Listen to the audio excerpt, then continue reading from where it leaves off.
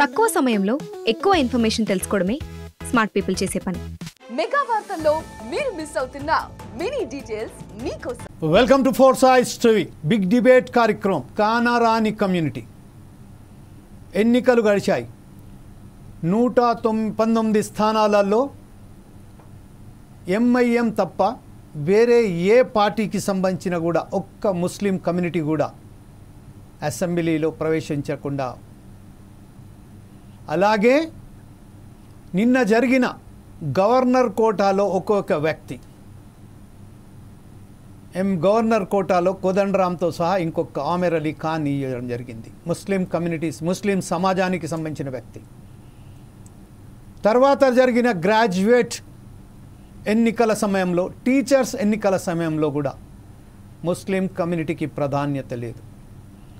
ఈరోజు ఎప్పుడైతే నిన్న ఎమ్మెల్యే కోటా కింద 5గురికి సంబంధించిన నామినేట్ ఎమ్మెల్సీకు సంబంధించిన పదవులలో అక్కడ కూడా ముస్లిం సమాజానికి ఎక్కడ కూడా చోటు కల్పలేదు. రాష్ట్రంలో 14% ఉన్న ముస్లిం కమ్యూనిటీ ఇంత వెనక పడిపోవడానికి కారణాలేంటి? ఉద్యోగాలు రావు, చదువులో కూడా వాళ్లకు సరి అయిన ఎవరి కూడా సదుపాయాలు కల్పించరు. అయినప్పటికీ రాజకీయాలలో సైతం 14% ముస్లిం కమ్యూనిటీ సమాజానికి సంబంధించిన ఓట్లను మాత్రం దండుకోనికి ప్రతి పార్టీ ప్రయత్నం చేస్తూనే ఉంటుంది.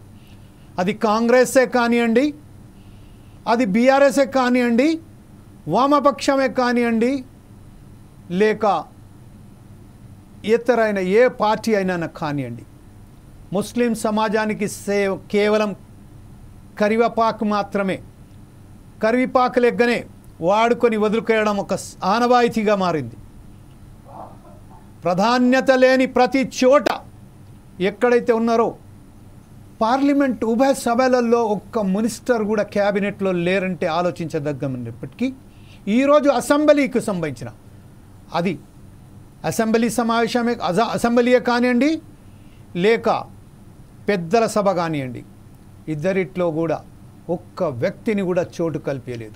ఎక్కడైతే గెలిచే పొజిషన్స్ ఉన్నాయో అక్కడ మాత్రం ఎంఐఎం తను అక్కడ ఘాటుగా కూర్చొని ఉన్నది. ఎవరిని అక్కడ అడ్డు రాకుండా తన 7 స్థానాలలో, పార్లమెంట్కు సంబంధించిన ఒక స్థానాలలో ఏకదాటిగా గెలుస్తూనే వస్తుంది. కేవలం హైదరాబాద్కే ముస్లిం సమాజం పరిమితమైపోయిందా? మహబూబ్ నగర్, వరంగల్, కరీంనగర్, నిజామాబాద్, ఆదిలాబాద్ లాంటి, వరంగల్ లాంటి ఏదైతే మనకు సంబంధించిన డిస్ట్రిక్ట్స్ ఉన్నాయో, జిల్లాలు ఉన్నాయో అక్కడ ముస్లిం సమాజం లేదా? ముస్లిం సమాజాలలో తెగలు లేవా? వారికి ప్రాధాన్యత ఇవ్వవలసిన అవసరం లేదా?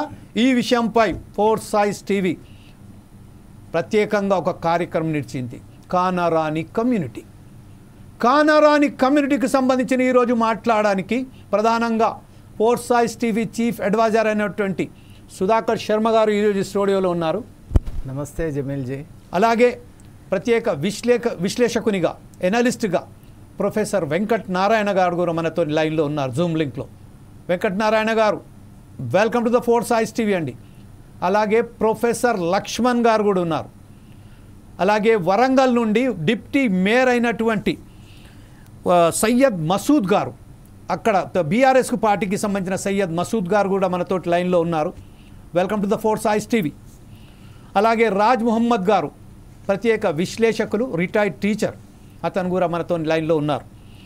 అలాగే సలీం పాషా ఈరోజు మనతోటి, ఎవరైతే ఉమ్మడి జిల్లాలకు సంబంధించిన మన రాష్ట్రానికి సంబంధించిన ముస్లిం కమ్యూనిటీ జాక్ ఆధిపత్యం వహిస్తున్న సలీం పాషా గారు కూడా మన ఉన్నారు. అలాగే ముహమ్మద్ అయ్యూబ్ గారు కూడా మనతో జాయిన్ అయ్యారు. వీరందరికీ ఫోర్సైజ్ టీవీ స్వాగతం పలుకుతుంది. ప్రస్తుతానికి ఏదైతే ముస్లిం సమాజానికి సంబంధించిన ఏదైతే నిర్లక్ష్య వైఖరికి గురి అవుతున్న ముస్లిం సమాజంపై మాట్లాడడానికి సుధాకర్ శర్మ గారు, మీ స్పందన ఏంటండి? Thank you, Jamil ji. At the very outset, I would like to congratulate you for taking up this sensitive issue and the felt need of the hour. Foresights TV, మీ అందరికీ తెలుసు, ఎటువంటి ఏ పొలిటికల్ పార్టీతో కూడా ఎటువంటి అఫిలియేషన్ ఉండదు. అలాగే కమ్యూనిటీతో కానివ్వండి, specific and particular కమ్యూనిటీతో కానివ్వండి, లాంగ్వేజ్తో కానివ్వండి, రేసిజంతో కానివ్వండి, అలాగే రీజనాలిటీతో కానివ్వండి, ఎటువంటి అఫిలియేషన్ లేనటువంటి ఒక మానవతా దృక్పథంతో ప్రజా చైతన్యమే మూలంగా కలిగినటువంటి మాధ్యమం ఫోర్సైట్స్ టీవీ. మరి ఈ నేపథ్యంలో కొన్ని సమస్యలు సమాజాన్ని కుదిపివేస్తున్నటువంటి నేపథ్యంలో ఈరోజు ఈ చర్చకు శ్రీకారం చుట్టడం జరిగింది. నిజంగా చెప్పాలి అంటే స్వతంత్ర సమరయోధులు, అలాగే మనకు ప్రీ ఇండిపెండెన్స్ టైంలో కూడా మనం చూసినప్పుడు ఎప్పుడు కూడా మనకు భారతదేశం విముక్తిని పొందాలి అనేటువంటి ఒక ఆకాంక్షతో జన సమూహంలో ఉన్నటువంటి ప్రతి ఒక్కరు కూడా మతాలకు అతీతంగా ఆ రోజు పోరాడి ప్రాణాలను అర్పించి స్వాతంత్రాన్ని మనం సిద్ధింపజేసుకున్నాం. అలాగే 1947లో ఎలాగైతే స్వాతంత్రం వచ్చిందో అలాగే మనకు 2014లో తెలంగాణ రాష్ట్రం ఆవిర్భావం కావటానికి కూడా ఎంతోమంది విద్యార్థులు అలాగే త్యాగధనులందరూ కూడా ఇక్కడ కూడా మతాలకు అతీతంగానే పోరాటాలు చేశారు. కొంతమంది అజ్ఞాతంలో ఉన్నారు, చాలా మటుకు అజ్ఞాతంలోనే ఉన్నారు. కాబట్టి కమ్యూనిటీ అనేటువంటి క్వశ్చన్ మనకు ఎప్పుడూ రాలేదు. అయితే ఈ మధ్య మనం చూస్తూ ఉన్నాం కొన్ని వివక్షాపూరితమైనటువంటి ధోరణులు. అలాగే తెలంగాణ రాష్ట్రం ఆవిర్భావం అయిన తర్వాత కూడా మన రాష్ట్రంలో ఉమ్మడిగా మనం అందరూ కూడా కలిసి ఎదగాలి అనేటువంటి ఒక ఆకాంక్షతో ఈ రాష్ట్రాన్ని మనం కొని తెచ్చుకున్నాం. మరి కోరి తెచ్చుకున్నటువంటి ఈ రాష్ట్ర ఎదుగుదలలో ప్రతి ఒక్కరికి ఒక సమానమైనటువంటి ప్రాతిపదిక అనేది చాలా అవశ్యం. Apportionment should be equal to all the communities. మరి అలా కాకుండా ఇప్పుడు జమీల్జీ చెప్పినట్టు 14% of the population consists of our Muslim brothers and sisters. మరి వారి యొక్క సేవల్ని మనం తీసుకుంటూ ఉన్నాం. అన్ని రంగాల్లో కూడా వారు అద్భుతమైనటువంటి సేవలను అందిస్తూ ఉన్నా కూడా వారికి తగినంత ప్రాముఖ్యత కానివ్వండి, వారి యొక్క ప్రాతినిధ్యం కానివ్వండి, ఆ నిష్పత్తికి తగినట్టే ఎక్కడా కూడా మనం చూడటం లేదు. అది ప్రధాన పార్టీస్ అన్నీ కూడా ఈ పార్టీ ఆ పార్టీ అని చెప్పం. ప్రతి పార్టీ కూడా ఎందుకు ఇలాంటి నిర్లక్ష్యమైనటువంటి ధోరణి చూపిస్తుంది అన్న అంశం మనసును కుదిపేస్తున్నటువంటి తరుణంలో ఈ చర్చకు పెద్దలందరినీ కూడా ఆహ్వానించడం జరిగింది. మరి వారిచ్చేటువంటి సూచనలతో మనం ఈ యొక్క చర్చా కార్యక్రమాన్ని ముందుకు తీసుకెళ్దాం. Thank you Sudhakar Sharma ji. ప్రస్తుతం మనం ప్రొఫెసర్ వెంకట్ నారాయణ గారి దగ్గరికి వెళ్దాం. ప్రొఫెసర్ వెంకట్ నారాయణ గారు, ఈరోజు చెప్పండి, అన్ని ఎన్నికలు ములుగుచాయి, అయినప్పటికీ ముస్లిం సమాజానికి సంబంధించిన ఒక వ్యక్తిని కూడా మనం ఎన్నుకోలేకపోయాం. ఉభయ సభలలో ఎక్కడ కూడా ఒక్క ముస్లిం కమ్యూనిటీకి సంబంధించిన ఒక వ్యక్తి కూడా లేడు. ఈ నేపథ్యంలో మీరు దీన్ని ఎలా విశ్లేషిస్తారండి ప్రొఫెసర్ వెంకట్ నారాయణ గారు? ఫోర్సైట్ టీవీ నిర్వాహకులకు, ఈ డిస్కషన్లో పార్టిసిపేట్ చేస్తున్న ముఖ్య మిత్రులందరికీ నమస్కారం.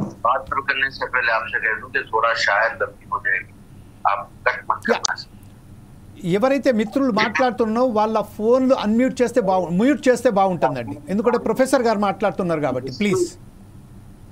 రైట్ ప్రొఫెసర్ గారు. అయితే మనం 75-77 సంవత్సరాలు అయింది దేశానికి స్వాతంత్రం వచ్చి.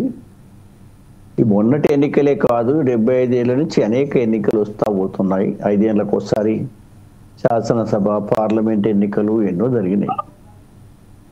ఏది జరిగినా కానీ క్రమంగా భూస్వామ్య వ్యవస్థ నుండి మన దేశంలో పెట్టుబడిదారులు, వ్యాపారస్తులు, బడా వ్యాపారస్తులు, తర్వాత అధికారులు, సివిల్ సర్వెంట్స్, వీళ్ళ కలయికతోటి ఒక దోపిడీ వ్యవస్థగా మారిన రాజకీయమే ఇవాళ దేశాన్ని, రాష్ట్రాలను వెళ్తున్నది. ఈ దోపిడీ వ్యవస్థలో ఏది పార్టీలే దోపిడీ పార్టీలుగా మారిపోయినటువంటి చాలా చూస్తున్నాము. కులానికి సంబంధించిన పార్టీలు లేదా అగ్రవర్ణాలకు సంబంధించిన పార్టీలు, అందులో ధనవంతుల పార్టీలుగా మారిపోయినాయవన్నీ. ఎక్కడ ఏ రాష్ట్రంలో చూసినా, మన దేశం అంతటా చూసినా కానీ ఆధిపత్య వర్గాలంటే, ఆధిపత్యం అంటే కేవలం కులమే కాదు, డబ్బు కూడా ఉన్నటువంటి కులాలు ఉంటే, లేదా వ్యక్తులు కానీ కుటుంబాలు కూడా ఉంటే అలా కలుపుకొని మన కార్పొరేట్ వ్యాపారవేత్తలు, దానికి రాజకీయ పార్టీలు, దానికి తోడు సివిల్ సర్వెంట్స్, ఐఏఎస్ ఆఫీసర్లు, ఐపీఎస్ ఆఫీసర్లు, కింది స్థాయి వరకు ఉన్నటువంటి అధికార వర్గాలు ఇప్పుడు నడుపుతున్న గవర్నమెంట్లో భాగం అయిపోయారు. ప్రభుత్వం వాళ్ళ కోసమే పనిచేస్తున్నది అనేది మనం స్పష్టంగా చూస్తున్నాం. తెలంగాణలో కూడా చూస్తున్నాం, ఇంకా అనేక రాష్ట్రాల్లో కూడా అదే జరుగుతూ ఉంది. అయితే ఇందులో మెజారిటీ మేమున్నాం అని ఇవాళ ముస్లిం మైనారిటీ కమ్యూనిటీ అనేది, మైనారిటీ కమ్యూనిటీ అంటే 14% అనేది మైనారిటీ కాదు, కానీ ఒక రిలీజియస్ పాయింట్ ఆఫ్ చూసినప్పుడు అది మైనారిటీ అని వాళ్ళు పేరు పెట్టారు. 14% ఉన్నప్పుడు 14 ఎక్కువనే ఉండవచ్చు. అయితే ఇక్కడ అదే ఆ కమ్యూనిటీ ఉన్ను ఇంకా ఈ బీసీలు అనే వాళ్ళు కూడా 50% అట్లా ఉంటారు, లేదా 45, 46 నుంచి 50% ఉంటారు. ఈ రెండు కూడా రాజ్యాంగంలో వీళ్ళకి ఎక్కడ కూడా చోటు లేదు. యాక్చువల్గా రాజ్యాంగంలో ఎక్కడ కూడా రిజర్వేషన్ కానీ వీళ్ళ కమ్యూనిటీకి వీళ్ళందరికీ ఈ సంక్షేమం కానీ అభివృద్ధి కానీ పాలక చట్టసభలలో కానీ వీళ్ళకి ఏ ప్రాతినిధ్యం లేదు. అట్లంటే మరి ఆధిపత్య కులాలకు లేదు అంటే వాళ్ళు ఆస్తిపరులు. పూర్వం 100 సంవత్సరాల నుంచి వాళ్ళు అధికారమును ఆస్తులు సంపద వాళ్ళ చేతిలో ఉంది. ఇవాళ రాజకీయాలన్నీ అధికారం సంపద ఆధిపత్య కులాలు వర్గాలు ఏవైతున్నాయో వాళ్ళ చేతిలోకి వెళ్ళిపోయింది. కాబట్టి మిగిలిన ఈ రెండు ముస్లిం మైనారిటీ జనము అదేవిధంగా బీసీ జనాలు కూడా కేవలము ఓటర్లుగానే వాళ్ళకి చూస్తూ ఉన్నారు. ఓటర్లు అంటే ఏదో ఎలక్షన్స్ వచ్చినప్పుడు వాళ్ళకి కొన్ని హామీలు చెప్పడం, కొన్ని వాగ్దానాలు చెప్పడం, వాళ్ళకి ఏదో రకమైన ఇది బుద్ధిగింపు చేయడము జరుగుతుంది. అయితే ఈ ముస్లింలలో కూడా ఉన్న బీసీలలో కూడా అపర్చునిస్టిక్ లీడర్స్ ఉంటారు. అంటే అవి ఆ అవకాశాన్ని వాడుకొని మేము కూడా ఎదుగుతాం అనేటువంటి లీడర్స్ కొంతమంది ఉంటారు. దానికి సరే ముస్లిం లీడర్స్ కొంతమంది ఉన్నారు, బీసీలలో కూడా కులాలకు సంబంధించిన వాళ్ళు లీడర్స్ ఉన్నారు, బీసీల పేరు చెప్పుకొని సంఘాలు పెట్టిన వాళ్ళు ఉన్నారు. వీళ్ళంతా ఏంటంటే మార్కెటింగ్ అన్నట్టు వాళ్ళ సొంత ప్రయోజనాలు మార్కెట్ చేసుకునేటువంటి సంస్థలుగా మారిపోయినాయి. వ్యక్తులు ఎదుగుతారు కానీ సమాజానికి ఏం ఉపయోగపడదు అది. అంటే వ్యక్తులు ఇక పేర్లు చెప్పడం కరెక్ట్ కాదు, కానీ ఇలా వ్యక్తులు సమాజం పేరు చెప్పుకొని బీసీల పేరు చెప్పుకొని మైనార్టీల పేరు చెప్పుకొని బతికేటువంటి నాయకులు ఎదుగుతూ ఉంటారు. వాళ్ళను వాడుకుంటారు. వాళ్ళు ఎన్నికలు వచ్చినప్పుడు ఇలాంటి వాళ్ళను ముందట పెట్టి ఆకర్షణీయమైనటువంటి హామీలు ఇవ్వడం, వాగ్దానాలు చెప్పడం, ఎన్నో రకాల అలవి కానీ అలవైనవి అంటే అవి ప్రాక్టికల్ అవుతాయో లేదో కానీ అయినా కాకుండా చెప్పడం అనేది అన్ని పార్టీలకు అది అలవాటు అయిపోయింది. కాబట్టి ఈ 75 సంవత్సరాల నుంచి కూడా ఇలాంటి పోకడలు లక్షణాలు ఉన్నటువంటి పార్టీలను చూస్తున్నాం, నాయకులను చూస్తున్నాం. ప్రతి పార్టీ నాయకుడు కూడా ఆది నాయకుడు కూడా ముస్లింల మసీదులలో పోవడం, చేతికి ఆ చేతికి కట్టుకోవడం, టోప్ పెట్టుకోవడం, రంజాన్ పండుగ వస్తే పెద్ద ఎత్తున వాళ్లకు ఏదో ఒకటి సంబరాలు చేయడం, మీరు పెద్దపీట మీకే వేస్తాను అని చెప్పుడు, అందరికి పెద్దపీట వేస్తారు, వాళ్ళకే చిన్నపీట వేసుకున్నట్టు చెప్తారు. చిన్నపీఠం అది దొరలకు, పెద్దపీఠము ఇక మీ ఈ నింబిన వర్గాలకు బీసీలకు ఈ మైనార్టీలకు పెద్ద పీట వేస్తామని చెప్తారు. ఇక మనం అందరం సప్పట్లు కొట్టుడు, వీళ్ళ ఫాలోవర్స్ సప్పట్లు కొట్టుడు, అడ్వర్టైజ్మెంట్లు, మీడియా కూడా వాళ్ళు ఉపయోగించుకొని అన్ని చేస్తూ ఉన్నారు. దీనికి తోడు ఇంకొక అంశం ఏంటంటే మన దేశంలో కానీ మన రాష్ట్రంలో కానీ ఎంఐఎం అనేది అదొక సంస్థ. కేవలము ఆ పాత బస్తీకి ఉపయోగపడే విధంగా వాళ్ళు పనిచేస్తున్నారు. And they have become source అనమాట. 10 సీట్లో 8 సీట్లో 10 సీట్లో వాళ్ళు తెచ్చుకుంటారు. ఆ తెచ్చుకున్న వాటిని బట్టి ఇదే ముస్లిం, ఇదే మైనారిటీ, ఇదే అన్ని ఎవ్రీథింగ్ ఈస్ ఎంఐఎంఏ ఎవ్రీథింగ్ అయిపోయింది ఈ రాష్ట్రంలో ఇది మాత్రం. ఆ తర్వాత కూడా దేశం అంతటా కూడా ఆయనే పోయి ఎక్కడెక్కడ పోటీ చేసుడు, ఏ పార్టీకి లాభం చేయాలనుకున్నప్పుడు ఆ పార్టీకి వ్యతిరేకంగా నిలబడతారు వాళ్ళు, ఆ పార్టీని గెలిపించడానికి వీళ్ళు నిలబడతారు. అట్లా ముస్లిం ఓట్లన్నీ కూడా డివైడ్ కావడానికి ఇట్లాంటి వాళ్ళు కారణమవుతారు. అయితే ముస్లిం మైనారిటీ ప్రజలకి ఇది అంతా అర్థం కావడం చాలా కష్టమైపోయింది. ఇప్పుడు ఏంటంటే ఒక అధికారం రావాలంటే కేవలము మా జనాభా ఉంది మాకు ఇయ్యాలంటే ఎవడు ఇయ్యడు, అడుక్కుంటే ఎవడు ఇయ్యడు. ఈ 14% ప్రజలు ఏ రూపంలో ఒకటైతాను, ఒక రాజకీయ శక్తిగా మారినాడు కదా, కానీ రాజకీయ శక్తిగా గారు. ఇప్పుడు ఈ పార్టీలో కొంతమంది, ఆ పార్టీలో కొంతమంది పోయి ఆడ మసీదులలో వాళ్ళతో ప్రమాణం వీళ్ళతో ప్రమాణం చేస్తారు, అయిపోతుంది. కాబట్టి ముస్లింలలో ఈ ప్రజలలో ఎవరికైతే అన్యాయం జరుగుతుంది, దోపిడీకి గురవుతున్నారు, అన్ని అవమానాలకు గురవుతున్నారు, అవకాశాలు కోల్పోతున్నారు అనేటువంటి వాళ్ళంతా ఒకటిగా మారినప్పుడు లేదా ఒక సెగ్మెంట్గా మారాలి. దానికి దీనికి ఒకటి ఏమైందంటే దీనికి మతం మతం ఫులుముతారు. ఏది ముస్లిం అంటే సపరేటు, వాళ్ళు ఈ దేశమా కాదా, వీళ్ళకు సిటిజన్షిప్ ఉందా లేదా, ఇవన్నీ ముందర తీసుకొచ్చి లేనిపోని అంశాలను ముందుకు తీసుకొచ్చి ప్రజల్లో ఒక గందరగోళమైనటువంటి వాతావరణం సృష్టించి భయానక వాతావరణం సృష్టించేటువంటి పార్టీలు ఉన్నాయి. ఇక దాన్ని వాడుకునే పార్టీలు కొన్ని ఉన్నాయి. కాబట్టి మరొకసారి మీ వద్దకు వస్తాను. అప్పటిదాకా మనం ఒకసారి సయ్యద్ మసూద్ గారి కదా. సయ్యద్ మసూద్ గారు, ఇప్పుడు మనం చెప్పినట్టుగా ప్రొఫెసర్ వెంకట్ నారాయణ గారు చెప్పినట్టుగా 75 సంవత్సరాల పాలనలో ఎక్కడ కూడా ముస్లిం సమాజానికి ప్రాధాన్యత లేదు. అందులో ముస్లింలలో కూడా అనేక వర్గాలు బీసీలు ఉన్నారు. అయినప్పటికీ వారికి కూడా లేదు. ఇప్పుడెప్పుడు ఏదో చదువులలో కానీ విద్యలో అలాగే వైద్యంలో కొంచెం బయటికి వస్తున్నారు. అది కూడా కేవలం విదేశాలకు వెళ్ళి అక్కడి నుంచి వెళ్ళి ఎవరైతే సిరి సంపద సంపాదించుకొని వస్తున్నారో తద్వారా వారికి సంబంధించిన కుటుంబాలే బాగుపడుతున్నాయి. ఇప్పటికీ కొంతమంది గత ప్రభుత్వాలలో పప్పట్లాగానే వ్యవహరించి కేవలం వాళ్ళకొక పావులాగానే వ్యవహరించారని చెప్తున్నారు. ఈ విషయంపై సయ్యద్ మసూద్ గారు మీరేమంటారండి? నమస్కారం అండి. Yeah please go head. Professor గారు చెప్పింది 100% నిజం అండి. ఇవాళ మైనార్టీలను కరివేపాకు లెక్క యూజ్ చేసుకుంటున్నారు. కేవలం కరివేపాకు లెక్క, అంటే దాల్చా పడినప్పుడు కరివేపాకు టేస్ట్ కొరకు వేసుకుంటారు. అదేవిధంగా వేసుకొని ఇవాళ కంప్లీట్గా అవసరం ఉన్నప్పుడు తీరుగా, అవసరం లేనప్పుడు తీరుగా. ప్రొఫెసర్ గారు చెప్పారు, మా మధ్యలోకి రావడం, టోపీలు దొరుకుకోవడం, మాకే పెద్దపీట వేస్తామని చెప్పడం, కానీ టైం వచ్చేసరికి ఏముండదు. ఇప్పుడు 2023 సార్వత్రిక ఎన్నికల్లో అండి రేవంత్ రెడ్డి గారు మైనార్టీ డిక్లరేషన్ అంటే హైదరాబాద్లో పెద్ద మీటింగ్ పెట్టిండు. హలో చెప్పండి. పెద్ద మీటింగ్ పెట్లు ఏఐసిసి నుండి మొత్తం వేరే రాష్ట్రాల నాయకులు కూడా వచ్చిండ్రు. ఏం చెప్పారండి? మైనార్టీ సప్లాన్ తీసుకొస్తాం, మైనార్టీ పెద్దపీట వేస్తాం అని చెప్పారు. ఇవాళ 2023 నుండి అండి, అంటే 2023 డిసెంబర్ 7 నుండి ఒక మైనార్టీ ప్రాతినిధ్యం లేదండి రాష్ట్రంలో. మైనార్టీ ప్రాతినిధ్యంలో 15 మంది కాంగ్రెస్ పార్టీ నాయకులు, పెద్ద పెద్ద నాయకులు, షబీర్ అలీ గారు ఉన్నారు, తార్బిన్ అహ్మద్ గారు ఉన్నారు, చాలా మంది ఉన్నారు నాయకులు. అక్కడ 10-15 మంది నాయకులకు కూడా న్యాయం చేయని కాంగ్రెస్ పార్టీ రేవంత్ రెడ్డి గారు రాష్ట్రంలో ఉన్న 14% మైనార్టీలకు ఈ విధంగా న్యాయం చేస్తారు. ఇవాళ టోటల్ గా కూడా మైనార్టీలను మొత్తం అణచివేస్తా ఉన్నారు. మైనార్టీ ప్రాతినిధ్యం లేకుండా చేస్తున్నారు.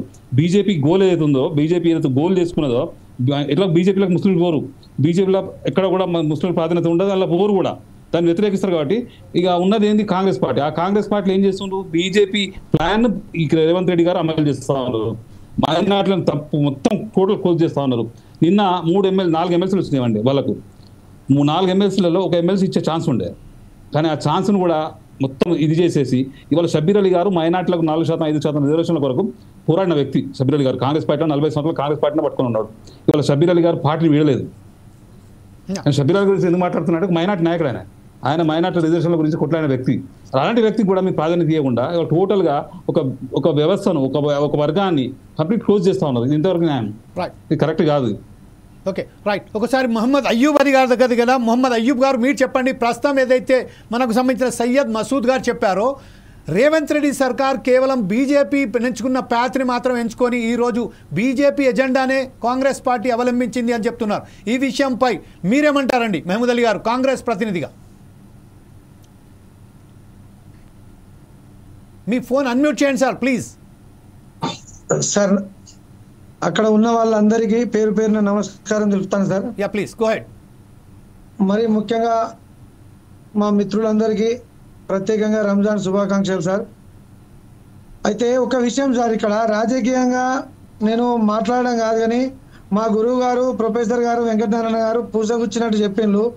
ఏదైతే ఆంగ్లేయులు భారతదేశానికి స్వాతంత్రం ఇచ్చేటప్పుడు విభజించి పాలించిందో, ఏ పార్టీ అయితే సార్, ఇలా కాంగ్రెస్లో అయితే టీఆర్ఎస్ అయితే ఏ పార్టీ అయినా కూడా ముస్లింలను విభజించి పాలిస్తాను సార్. ఇవాళ వాస్తవానికి చెప్తాను సార్, రాజకీయాలు మాట్లాడుకోవాలనుకుంటే ముస్లింలు అనే వాళ్ళను రాజకీయంగా కొన్ని వందల సంవత్సరాలు మేము ఈ దేశాన్ని పరిపాలించినాం సార్. కానీ ఇవాళ మేము వేరే వాళ్ళ కాడ దేహి అని బతకాల్సిన, పదవులు అనుకోవాల్సిన, దేహి అని అనుకోవాల్సిన పరిస్థితి, దయనీయమైన పరిస్థితి తెలంగాణ రాష్ట్రంలో ఇవాళ ఏర్పడ్డది సార్. ఇవాళ వాస్తవానికి ఏంటంటే, మొన్న జరిగిన ఒక ఎమ్మెల్సీ ఎన్నికల గురించి చెప్తలేను సార్ నేను. ఎమ్మెల్యే టికెట్లకు అయితే 40 సీట్లు సార్ తెలంగాణలో, 40 సీట్లు మైనారిటీలు ఎటు ఓటేస్తే అటు ప్రభుత్వాలు వస్తాయి సార్. ఎందుకనంటే ఇక్కడ 66 మ్యాజిక్ ఫిగర్ దాటితే, 60 దాటితే గవర్నమెంట్ ఫామ్ అవుతుంది. అంటే 40 సీట్లు మైనారిటీలు, ఓటు బ్యాంకు డిసైడ్ చేయగలుగుతుంది. అలాంటి మైనార్టీలకు ఏ పార్టీ కూడా టికెట్ ఇవ్వదు సార్. పాత బస్తీలో ఇచ్చి మా కోటాలో వేస్తారు. పాత బస్తీలో ఉన్న 7 సీట్లు ఇవాటి వరకు పెరిగాయి తరిగాయి. వాళ్ళను బూచిగా చూపించి అన్ని పార్టీలు ముస్లింలను వాడుకుంటానే సార్. ఇప్పుడు బాధాకరమైన విషయం ఏంటంటే సార్, మసూద్ గారికి ఒక విషయం తెలుపుతాను నేను. ఎందుకంటే అక్కడ సలీం అన్న మా జాకు నాయకుడు ఉన్నాడు. సలీం అన్న గారు ఒక విషయంలో కొట్లాడి సార్ తెలంగాణలో. ఆయనకు ఇవాళ ఈ 4 టీవీ ద్వారా ఆయనకు ప్రత్యేకంగా ధన్యవాదాలు తెలుపుకుంటానా. ఎందుకనంటే 4% రిజర్వేషన్ ఇప్పించిన షబ్బీర్ అలీ గారికి ముస్లిం జాతి మొత్తం 2 ఉమ్మడి రాష్ట్రాలు రుణపడి ఉన్నాయి సార్. ఆయనకు ఎమ్మెల్సీలో న్యాయం కల్పించకపోవడం, అలాగనే అజ్మతుల్లా హుస్సేనికి ఇంకా కొంతమంది సీనియర్ నాయకులకు అవకాశం కల్పించకపోవడం మా దురదృష్టకరం. మేము కూడా చాలా బాధపడుతున్న విషయంలో. కానీ మసూద్ గారు సలీం గారిని అడగండి, 4% రిజర్వేషన్ను కేసీఆర్ గారు అనఫీషియల్గా 3% ఇంప్లిమెంట్ చేసిండు 9 సంవత్సరాలు. సలీం భాయ్ దాన్ని కొట్లాడి మళ్ళీ 4% చేయించే వరకు వెనుకకడుగు వేయలే. సలీం భాయ్ని మేము అందరం సపోర్ట్ చేసినాం. ఎలక్షన్లకు 3 నెలల ముందే మళ్ళీ 4% ఇంప్లిమెంట్ చేయించిన ఘనత మన లైవ్లో ఉన్న సలీం భాయ్ది. ఇది కాకుండా టీఆర్ఎస్ కాంగ్రెస్ అన్నీ కూడా సార్ ముస్లింలను వాడుకుంటానే. ఒక కాంగ్రెస్ వాదిగా నేను బాధపడతానా. వాస్తవానికి మొన్న మాకు ఎమ్మెల్సీ ఇచ్చిండ్రు అమీర్ అలీ గారికి, ఇవ్వలేదు అంటలేం. కానీ ప్రాతినిధ్యం వహించాల్సినంత శాతం మాకు న్యాయం కలుగుతలేదు. ఇవాళ మొత్తం తెలంగాణలో సార్ ఒకే ఒక జడ్పీటీసీ ఉంటాడు సార్. అది టీఆర్ఎస్ వైఫల్యం, కాంగ్రెస్ వైఫల్యం. ముస్లింలు రాజకీయంగా రారు అని చెప్పి మహానుభావుడు ఎన్టీఆర్ గారు కోఆప్షన్ మెంబర్ సిద్ధాంతాన్ని తీసుకొచ్చాడు. దాన్ని కూడా టీఆర్ఎస్ పార్టీ కాంగ్రెస్ పార్టీ హిందువుల కట్టగడతాయి. అది మా దురదృష్టం. మా గురించి ప్రశ్నించే నాయకులు లేడు. మేము పోయి ప్రశ్నిస్తామనంటే మా దాంట్లో వర్గాలు. ఇంకొక విషయం సార్, 4 టీవీ వాళ్ళకు ఒక విన్నపం, ఇలాంటి లైవ్ డిబేట్లకు మా అయ్యగారు రారు, మా మౌలానాలు రారు. ఎలక్షన్లు వస్తే వాళ్ళందరూ ముందు వరుసలు ఉంటారు. ప్రజల గురించి వాళ్ళు కొట్లాడారు. ప్రజల గురించి క్షేత్రంలో మేము కొట్లాడతాం. వాళ్ళేమో ఎక్కడో కూర్చుంటారు, వస్తారు సమయానికి ఎలక్షన్లు అయిపోయాక వాళ్ళు వారు. ఎందుకనంటే సార్ ప్రొఫెసర్ గారు చెప్పగానే చెప్పింది సార్ ఒక ఇంపార్టెంట్ వర్షన్. కొంతమంది రాజకీయ బ్రోకర్లు వాళ్ళ అవకాశాల కోసం మతాన్ని అడ్డం పెట్టుకొని కులాన్ని అడ్డం పెట్టుకొని రాజకీయంగా వెతుకుతాను. Right, okay.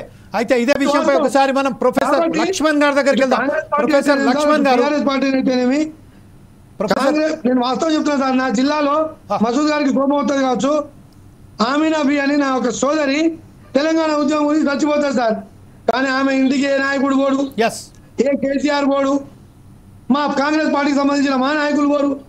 కానీ అదే ఒక రెడ్డియో వెలుమో రావో చచ్చిపోతే దానికి మా దుర్గోళ్ళు కూడా కేసీఆర్ వస్తే దట్టి కట్టి, రేవంత్ రెడ్డి వస్తే దట్టి కట్టి ఆ ఊరేగింపులో పాల్గొంటారు.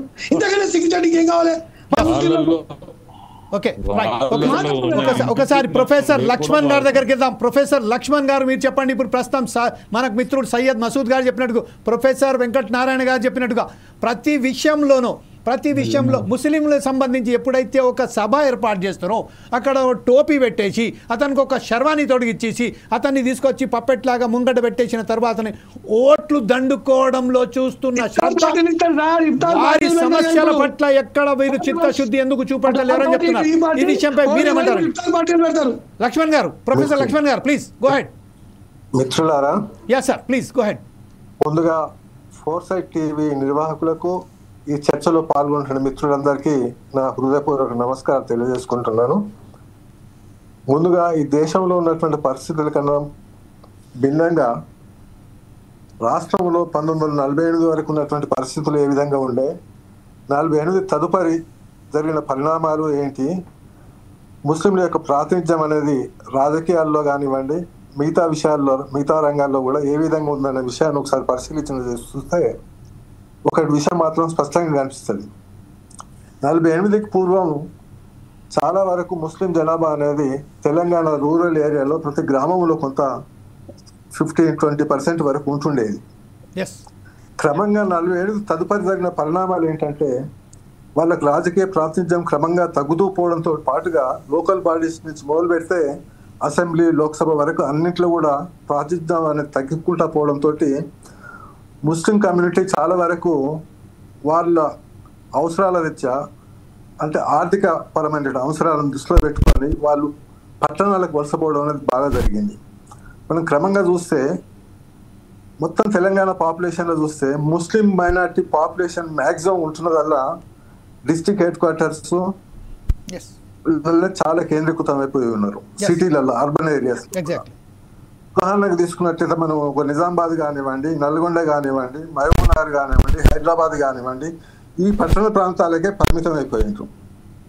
వీళ్ళ ప్రాతినిధ్యం కూడా మనం చూసినట్లయితే మనకు చాలా వరకు 1970s 80s వరకు కూడా ఇబ్రాహిం అలీ అన్సారీ అని మహబూబ్నగర్ డిస్టిక్ నుంచి ముస్లిం కమ్యూనిటీకి సంబంధించిన వ్యక్తి ఉండే. ఆయన కౌన్సిల్ కు చాలా సంవత్సరాల కాలం పాటు వైస్ చైర్మన్ కూడా పనిచేయడం జరిగింది. అదేవిధంగా వరంగల్ జిల్లా నుంచి కమాలుద్దీన్, అదేవిధంగా కేఎం ఖాన్ అని రాజ్యసభ మెంబర్ ఒక అతను ఉండే. వాళ్ళ ప్రాతినిధ్యం అంతే క్రమంగా ఏంటంటే 80s తదుపరి 85 తదుపరి కంప్లీట్ గా డిసపియర్ కావడం అనేది జరిగింది. కమాలుద్దీన్ అయితే ఫైనాన్స్ ప్లానింగ్ కమిషన్ మెంబర్ కూడా పనిచేసాడు. అయితే దీనికి కారణాలు లేకపోలేదు. క్రమంగా ఈ అర్బన్ ఏరియాస్కే కన్ఫైన్ కావడంతో ఎంఐఎం ఇంపాక్ట్ అనేది ఈ అర్బన్ ఏరియాస్ లో ఉండడం, దాంతో మిగతా వాళ్ళ వాయిస్ అనేది కూడా ఈ అర్బన్ ఏరియాస్ లో లేకపోవడంతో వాళ్ళ ప్రాతినిధ్యం అనేది పూర్తిగా దెబ్బతిండిపోయింది. ఎంఐఎం కూడా కేవలం కొన్ని ప్రాంతాలకే పరిమితం కావడం, అక్కడ నిజామాబాద్ లో, ఇక్కడ నల్గొండలో, బోధు ఇటువంటి ప్రాంతాల్లో బైన్సా, హైదరాబాద్ లో కాంటెస్ట్ చేయడం, మిగతా ప్రాంతాల్లో పోటీ చేయలేకపోవడం, ఈ అన్నిటితో పాటుగా కొన్ని రాజకీయ పార్టీలతో లాలుచిపడి వాళ్ళకు ఓట్ బ్యాంక్ గా పరిణామం క్రమం లోపల అది క్రమంగా ముస్లిం కమ్యూనిటీకి దెబ్బయింది.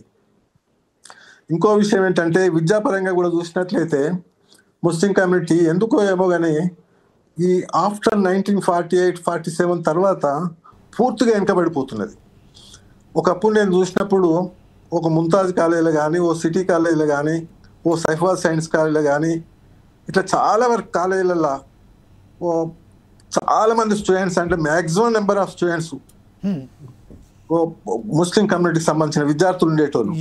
ఇక నేను ఉస్మానియా యూనివర్సిటీలో చూసినప్పుడు నేను చదువుకునే కాలంలో కూడా ప్రతి డిపార్ట్మెంట్లో కూడా ప్రొఫెసర్స్ ఉండరు, ప్రతి డిపార్ట్మెంట్లో కూడా స్టూడెంట్స్ కూడా చాలా వరకు ఉండరు. అది పబ్లిక్ అడ్మినిస్ట్రేషన్ కానివ్వండి, లేకుంటే పొలిటికల్ సైన్స్ కానివ్వండి, ఎకనామిక్స్ కానివ్వండి. ప్రొఫెసర్ మంజూర్ ఆలం లాంటి వాళ్ళు ఇక్కడ ప్రొఫెసర్గా పనిచేసినారు. దాంతో పాటుగా మన అత్యంత పేరు ప్రఖ్యాతి గాంచినటువంటి వ్యక్తి మన మహబూబ్ ఆలం ఖాన్, ఎవరండి? మహబూబ్ ఆలం ఖాన్. మహబూబ్ ఆలం ఖాన్ కాదు, ఇంకో మంజూర్ ఆలం జాగ్రఫీ డిపార్ట్మెంట్ ప్రొఫెసర్గా పనిచేసాడు. ఇంకా రషీదుద్దీన్, రషీద్ భాయ్ ఆయన జర్నలిస్ట్ సార్, ఆయన ప్రొఫెసర్ జర్నలిస్ట్ గారు. ఎస్ సార్, బషీరుద్దీన్ ఏమో journalism. Yes, chief secretary Jannat Hussain గారు. జన్నత్ హుస్సేన్ వాళ్ళు ఈ డిపార్ట్మెంట్ లో ఉన్నారు. Ya, okay, right sir. IAS officer Hashim Ali, ఇంకా చాలా మంది ఉస్మానియా యూనివర్సిటీ వీసీడీగా, వైస్ ఛాన్సలర్ గా, రిజిస్ట్రార్ గా పనిచేసిన వాళ్ళు. ఈ రోజు చూస్తే ఉస్మానియా యూనివర్సిటీలో ఏ డిపార్ట్మెంట్ లో కూడా మచ్చుకు ఒక ప్రొఫెసర్ కూడా ముస్లిం కమ్యూనిటీకి సంబంధించిన వాళ్ళు లేరు. అది కేవలం ఒక 5-6 ప్రొఫెసర్స్ మాత్రం ఇస్లామిక్ స్టడీస్ లో, ఉర్దూలో, పర్షియన్ లో, అరబిక్ లో ఉన్నారు, కానీ మిగతా డిపార్ట్మెంట్ లేరు. ఇంత ముందు ప్రతి డిపార్ట్మెంట్ లో వాళ్ళ ప్రాతినిధ్యం అనేది చాలా స్పష్టంగా కనిపించేది. నేను మర్చిపోయిన పేరు ఒకటి చెప్తున్నా. ఒకటి వైదుద్దీన్, ఇంకొక ఆయనేమో మన ఆయన ఫిలాసఫీ డిపార్ట్మెంట్ లో ప్రొఫెసర్ గా ఉండే ఆయన దిలావర్ అలీ ఖాన్. ఆలం కుందుమీరి, ప్రొఫెసర్ ఆలం కుందుమీరి. అయితే ఇట్లాంటి ప్రొఫెసర్ చాలా మంది ఆ రోజులో. వైదుద్దీన్ అయితే ఇంటర్నేషనల్ ఫేమస్ ప్రొఫెసర్. అట్లాంటి ప్రొఫెసర్స్ కూడా ఎవరు కూడా కనిపిస్తలేరు. అంటే వాళ్ళకి అసలు ప్రాతినిధ్యం అక్కడ ఉద్యోగాలలో లేవు, ఇక్కడ దేంట్లో లేవు అసలు పూర్తిగా. అంటే ఎడ్యుకేషన్ ఫీల్డ్ లో కూడా, ఎడ్యుకేషన్ ఇన్స్టిట్యూషన్స్ లో కూడా వాళ్ళ స్టూడెంట్స్ కూడా పూర్తిగా తగ్గిపోతున్నారు. అయితే వీళ్ళు చాలా వరకు సెమీ స్కిల్డ్ లేబర్ గా ఈ అర్బన్ ఏరియాస్ లో ఉన్నటువంటి వర్క్ షాప్లలో అక్కడిక్కడ పనిచేసేంత వరకే పరిమితం అయిపోతున్నారు. ఒక ఆర్గనైజ్డ్ లెవెల్ వాళ్ళకు ఒక మంచి డైరెక్షన్ లా వాళ్ళకు ప్రాతినిధ్యం కల్పించేందుకు కానీ, వాళ్ళకు డైరెక్షన్ ఇచ్చే సూచనలు చేసేటువంటి వాళ్ళు కానీ నాయకులు అనేటోళ్ళు కూడా కరువైపోయింది. థ్యాంక్ యూ లక్ష్మణ్ గారు. మరొకసారి మీ ముందుకు వస్తాను. అప్పటిదాకా ఒకసారి రాజ్ మహమ్మద్ గారి దగ్గరికి వెళ్దాం. ఇప్పుడు ఏదైతే ఉన్నదో రాజకీయ లోపం, రాజకీయ నాయకులు ఎవరైతే రాజకీయ నాయకులుగా ఎదిగారో వాళ్ళు తన స్వార్థం గురించే పనిచేస్తున్నారు కానీ ఆ కమ్యూనిటీకి సంబంధించిన పనిచేస్తలేరు. కాబట్టి రాజ్ మహమ్మద్ గారు మీరు చెప్పండి, ముస్లిమ్స్ అంటే కేవలం ఒక ముస్లిమ్సే కాదు, అందులో సయ్యద్లు, పఠాన్లు, షేఖ్లు అనేక వర్గాలు ఉన్నాయి. అయితే ఈరోజు దీనాతి దీనమైన స్థితిలో కూడా పఠాన్లు, సయ్యద్లు, షేఖ్లు కూడా వచ్చేసారు. ఈ విషయంపై రాజకీయ నాయకులుగా చెలామవుతున్న ఈ ముస్లిం కమ్యూనిటీ నాయకులు ఇలాంటి చొరవ చేపట్టక వారికి ఇంకా దీనమైన స్థితిలో పడగొడుతున్నారు. ఈ విషయంపై మీరేమంటారండి? నమస్కారం అండి, వినబడుతుందా sir? Yeah please go head sir, చెప్పండి. రాజ్ మహమ్మద్ గారు అన్మ్యూట్ చేసుకో రాజన్న. మీరు రాజ్ మహమ్మద్ ఓకే బాత్ కరో. ఓకే, అందరికీ నమస్కారం. చాలా మంచి విషయం ఇది. ఇప్పుడు లక్ష్మణ్ గారు చెప్పినట్టు 90 లోపు అయిన రిక్రూట్మెంట్లలో చాలా మంది ముస్లిమ్స్ వచ్చిండ్రు. 90 తర్వాత వచ్చిన మాలాంటి వాళ్ళు కూడా చందు దొరకలే యూనివర్సిటీ రావాలంటే చాలా కష్టం అయిపోయింది. ఒక కులానికి, మతానికి ఏ కులం వస్తే ఆ కులానికి సంబంధించిన యూనివర్సిటీల్లో రిక్రూట్మెంట్ జరిగినాయి. చాలా అన్యాయాలు జరిగినాయి. ఎవరికి వర్త్ ఉన్నదో వాళ్ళు రాజకీయ ప్రభావం వల్ల యూనివర్సిటీలు అంతా కూడా ఎవరైతే రాజకీయ బలం ఉన్నదో, ఎవరైతే కుల బలం ఉన్నదో వాళ్ళంతా యూనివర్సిటీలో వెళ్ళడం జరిగింది. నేను కూడా డెఫర్ అయిన వాడినే, నేను పిహెచ్డి చేసి కూడా నాకేం రాకుండా పోయింది. సరే, దాంతోపాటు మీరు చెప్పింది అక్షరాల నిజం సార్. గ్రామీణ ప్రాంతాల్లో పూర్తిగా ముస్లింలలో ఒక ఐక్యత లేదు. ముస్లింలో ఎలాంటి వాళ్ళు ఉన్నారు, మరి వీళ్ళందరినీ ఎట్లా దారికి తీసుకురావాలి, వీళ్ళ అభివృద్ధికి ఏం కావాలి, ఏ చేస్తే ముస్లిం సమాజం బాగుపడుతుంది, వీళ్ళు రాజకీయంగా, సామాజికంగా, ఆర్థికంగా ఎలా ఎదగాలి అనే ఆలోచన ఇంతవరకు ఎవరు చేయలేదు సార్. మరి కమలుద్దీన్ గారు వచ్చారు కానీ వారు ముస్లింలకు చేసింది ఏం లేదు. ఆయన కోసమే ఆయన వచ్చిండు తప్ప ఒక ముస్లిం వాళ్ళని ఎదిగి వాళ్ళందరినీ నా కమ్యూనిటీ ఉంది కదా అని చేసిన రోజులు లేవు. వారసత్వంగా కానీ ముస్లిం సమాజాన్ని కానీ చేసింది లేదు. దాంతోపాటు ఎక్కడైతే ముస్లింలలో ఉండే మత పెద్దలు ఎవరైతే ఉన్నారో, దయచేసి మత పెద్దలు ఏమనుకోవద్దు, వాళ్ళు కేవలం తరీకాకు దానికోసమే ప్రయత్నం చేసిండ్రు. కస్టమ్స్, రిచువల్స్, దీని మీదనే దృష్టి పెట్టిండ్రు. మన ప్రతి ఊరూరికి మసీదులు ఉండాలి, అక్కడ ఇమాములు ఉండాలి, మరి మత వ్యాప్తి జరగాలి, దీని మీదనే దృష్టి పెట్టిండ్రు. కానీ ముస్లిం మతంలో ఎన్ని కులాలు ఉన్నాయి, ఫకీరోళ్ళు ఉన్నారు, అడుక్కుంటున్నారు, దూదేకులు ఉన్నారు, దూదేకులు గ్రామీణ ప్రాంతాల్లో వృత్తి చేసుకుంటూ, వ్యవసాయం చేసుకుంటూ బ్రతుకుతున్నారు. మరి పాకి పని చేసే మేతరోళ్ళు ఉన్నారు. మనకి సెప్టిక్ రాకముందు, సులభ కాంప్లెక్స్ రాకముందు ఎత్తి పారబోసేది వాళ్ళు బీసీ, ఎస్సీలో ఉండే, ఇప్పుడు బీసీలకు వచ్చేసింది వాళ్ళు. అదే పాక ఎక్కడో దూరంగా కాషోళ్ళు ఉన్నారు, బండ కొట్టుకుంటూ బతుకుతున్నారు. గారెడోళ్ళు ఉన్నారు, పాములు పట్టుకొని తిరుగుతున్నారు. మన గుడ్డెలుగులో ఉన్నారు, మంగళ పని చేసే వాళ్ళు ఉన్నారు, చాకలి పని చేసే వాళ్ళు ఉన్నారు, అస్తర్లు అమ్మేటోళ్ళు ఉన్నారు. వీళ్ళందరూ మా కమ్యూనిటీలో ఉన్నారు. వీళ్ళందరికీ దరిగి తీస్తాం, వీళ్ళందరి యొక్క జీవితాల గురించి పట్టించుకుంటాం. వీళ్ళందరూ సామాజికంగా దూరంగా ఉన్నారు, ఆర్థికంగా దూరంగా ఉన్నారు, రాజకీయంగా దూరంగా ఉన్నారు, విద్యాపరంగా దూరంగా ఉన్నారు. ఇలాంటి వాళ్ళు ఎక్కడ కూడా మా మత పెద్దలు ఎప్పుడు పట్టించుకోలేదు. వాళ్ళు ఏం చేసిండ్రు, కేవలం మదర్సాలు పెట్టిండ్రు, ఇమాములను తయారు చేసిండ్రు, ఊరూరికి మసీదులను తయారు చేసిండ్రు. ఎవరికి కూడా మేలు. ఈ విధంగా ఇలాంటి సమాజంలో ఒక పెద్దలు ఉన్నప్పుడు అందరిని పిలిపించుకొని, ఒక కుల పెద్ద అందరిని పిలిపించుకొని వీళ్ళంతా ఎట్లా ఉన్నారు, వీళ్ళకు ఏం కావాలి, రాజకీయంగా ఏం కావాలి అనేది ఇప్పుడు ఎవరన్నా కానీ వాళ్ళందరూ తీసినప్పుడు ఆ కమ్యూనిటీ డెవలప్ అవుతుంది. వాళ్ళంతా ఒక యూనిటీకి వస్తారు. లేనోని పిలిపిస్తే ఏం చేస్తాడు, వాడంతా దగ్గరికి వస్తాడు. ఇవన్నీ ఎక్కడ జరగదు. ఈ మధ్యలో ఫస్ట్ టైం షబీర్ గారు ఇలాంటి కులాలు ఉన్నాయని చెప్పగలిగిండు. రేవంత్ రెడ్డి గారు మొన్న చెప్పిండు. నేను చాలా ఏళ్ళ నుంచి నేను చెప్తున్నా. నేను అంటే ఈ క్రమం రాలే, మనమే ఉన్నాము. ఏడికాడికే గ్రూపులు తయారు చేసుకొని ఎట్లా సీట్, ఇప్పుడు అంతా ఆర్థిక ప్రాతినిధ్యం ఏర్పడ్డది. డబ్బులు పెట్టడం, గెలిచేటట్టుంటే వాళ్ళకి ఇంత మనీ సపోర్ట్ చేయడం, పదవులు పొందడం, ఇంకా ఇదే ఉంది. కానీ ముస్లిం సమాజం గురించి ముస్లింలు కావాలి, ముస్లింలకు ఇది కావాలి, ముస్లింలకు అది కావాలి, వీళ్ళ ఆర్థికంగా ముందుకు పోవాలి, వీళ్ళ జీవితాలు ముందుకు రావాలనే ఆలోచన ముస్లిం కమ్యూనిటీలలో రాలేదు. మొన్నటిదనక మొన్న ఇప్పటికి కూడా చూస్తున్నా కదా, ఎవ్వరు కూడా ఈ మీటింగ్లలో మీ అందరం ఈ మన వసీం ఆయుబ్ భాయ్, అటు మన డిప్యూటీ మేయర్ గారు, సలీం గారు, వీళ్ళంతా మేము మాట్లాడుకుంటాం. వీటి మీద దృష్టి పెట్టినప్పుడు ఒక యూనిటీ వస్తే ఆ యూనిటీ ద్వారా ముస్లిం సమాజం వాళ్ళు గట్టిగా అడగగలగారు. మరి అది లేదు. ఏమైనా ఎవరికి వాళ్ళే, నాకు ఎమ్మెల్సీ కావాలి, మా కమ్యూనిటీకి ఎమ్మెల్సీ కావాలి, మా ముస్లింలకు గింతమంది ఉన్నాం, మాకు 10 వస్తాయి, మాకు అది ఇయ్యాలి అని అడగాలి తప్ప, నేను సీనియర్ను, నాకు ఎమ్మెల్సీ కావాలి, నేను జూనియర్ను, ఇప్పుడు వచ్చిన ఇది కరెక్ట్ కాదు కదా. ఇప్పుడు బలం ఏర్పడుతుంది. మేము అందరం ఒకటే, మాకు ఇది కావాలి, మా జనాభా ప్రకారం 10 కావాలి మాకు సీట్లు, అంతే correct. Okay, right sir. Raj Mohammed గారు, ఒక్కసారి మనం ఒకసారి సలీం పాషా గారి దగ్గరికి వెళ్దాం. సలీం పాషా గారు, మీరేదైతే ఇప్పుడు ప్రస్తుతం జాక్ ఏదైతే నిర్వహిస్తున్నారో, జాయింట్ యాక్షన్ కమిటీ ముస్లింగా ప్రాతినిధ్యం వహిస్తూ ప్రతి చోట ప్రజలలోకి వెళ్ళి వాళ్ళ సమస్యల పట్ల అవగాహన పెంచుకొని వారిని ప్రాతినిధ్యం ఇచ్చే విధంగా మీరేదైతే కార్యక్రమాలు చేపడుతున్నారో, ఈ విషయంపై రాజ్ మొహమ్మద్ గారు చాలా క్లియర్గా ఒక విషయం చెప్పారు. ఏంటంటే మదర్సాలు కేవలం మసీదులు, అలాగే మదర్సాలకు సంబంధించిన వాళ్ళ కులానికి మతానికి సంబంధించిన బోధనలే చేస్తున్నారని చెప్తున్నారు. దీనికి మీరు ఏకీభవిస్తారా?